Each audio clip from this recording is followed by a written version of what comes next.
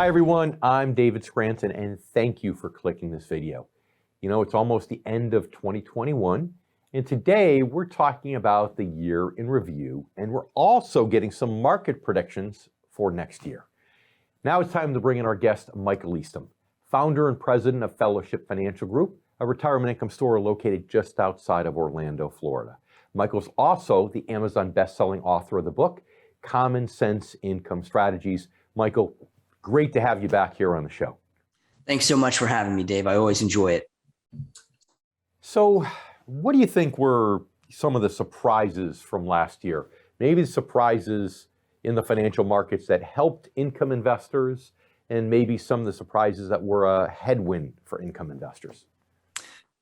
Well, first of all, I think one of the biggest surprises from my perspective was the significant growth in the stock market. I mean, I did not, if I look back at my predictions from last year, I don't expect that I projected we were going to have such a significant growth in the market. But as far as the good news for retirees, you know, we've got more opportunities to generate income for retirees, broadlined across a number of different investment vehicles. So the thing is, it's educating these people. Most people don't realize that the opportunities exist out there. So it's a massive effort to continue to educate people that there is something outside of mutual funds and just common stocks that are designed for growth. Mm-hmm. There are things that pay interest and dividends. That's one of the biggest the opportunities that I think exists for most of our clients. Sure. And you're right. If you're investing for income, for dividends in the stock market, you had a pleasant surprise because you had some nice capital gains in addition to your dividend income. But what were some of the headwinds in 2021 that income investors had to face?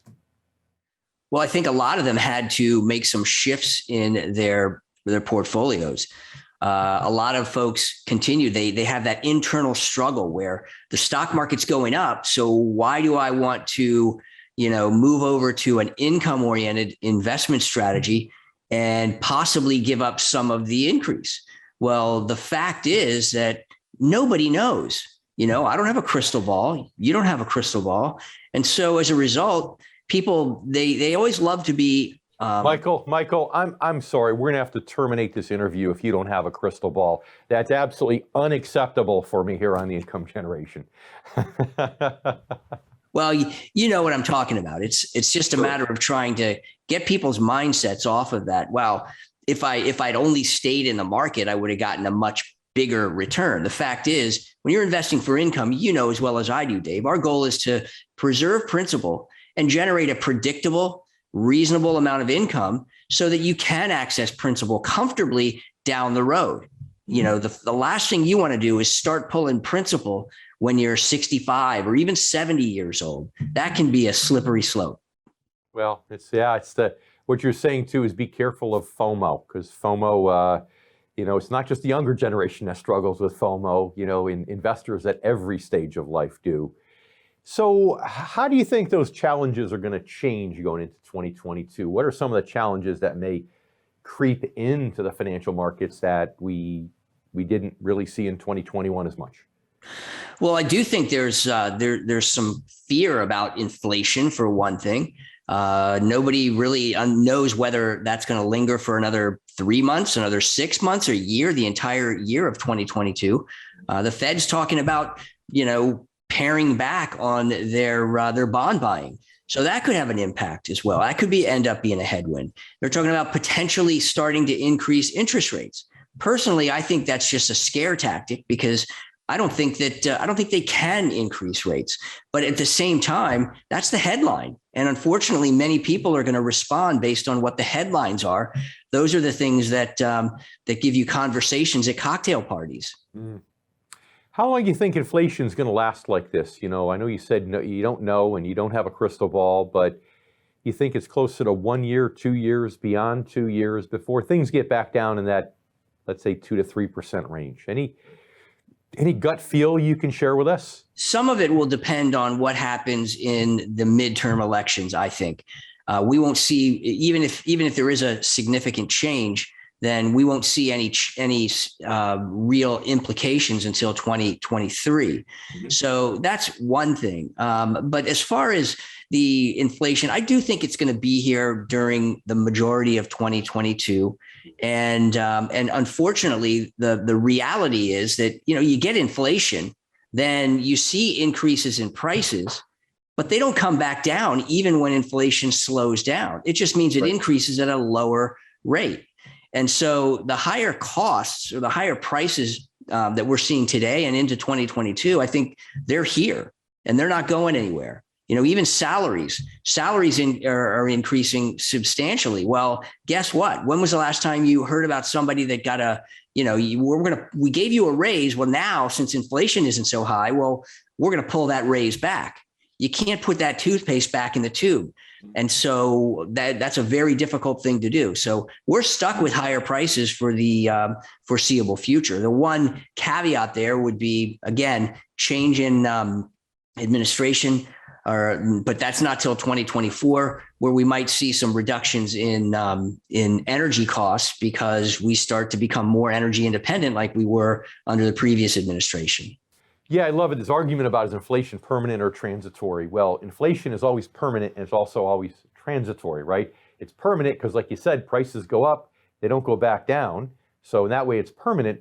But the true definition of inflation, as you know, is the year-over-year increase in the price of goods and services. And in that regard, it's never permanent because things always do kind of mean revert. So it's kind of a funny argument, but the real question is, how long are we going to have these crazy increases? But so, okay, what do you think right now is a bigger threat to the economy and the financial markets? Inflation or the Federal Reserve making a misstep? I do think that that it's the Federal Reserve. I had to think about that just for an instant because inflation is a headwind.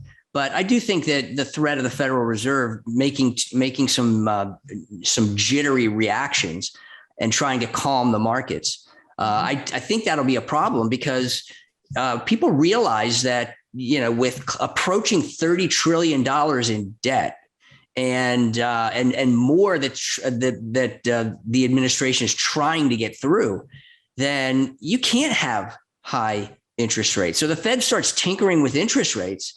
Then and they create these missteps that could cause a substantial negative reaction in the stock market. Yep, absolutely. So high level overview. What do you see the stock market doing in 2022 as a high level overview? Interest rates, just give us the Cliff Notes version again from a 30,000 foot view. Yeah, as far as the market goes, I do think we'll see some growth next year. And that's going to be spawned basically because of the fact that there's still a ton of money that's sitting on the sidelines. It's free money. And the government's printed so much money that Wall Street always benefits from that kind of government free spending. So that's one of the things that I think is an issue. So I think that probably as you look at 2022, then maybe a 5 to 7% increase in the stock market that's being led by all this free money that is going to continue to get reinvested in the stock market. So I do see some gains. I think from a Fed standpoint, I think they may attempt to increase rates like they did a few years ago. But if they do that, it's primarily so that they have some cushion to go back down to when things go south. Yeah, we see how well that worked out back in 2018. So we'll see if it works well again. Michael Eastham, as usual, it's our pleasure. Thank you so much for being back with us here on the show. Thank you, Dave. It's always a pleasure. Thanks for watching today's video on my 2022 market forecast. If you enjoyed it, click the thumbs up button to give us a like and make sure that you subscribe to our YouTube channel for new content each and every week.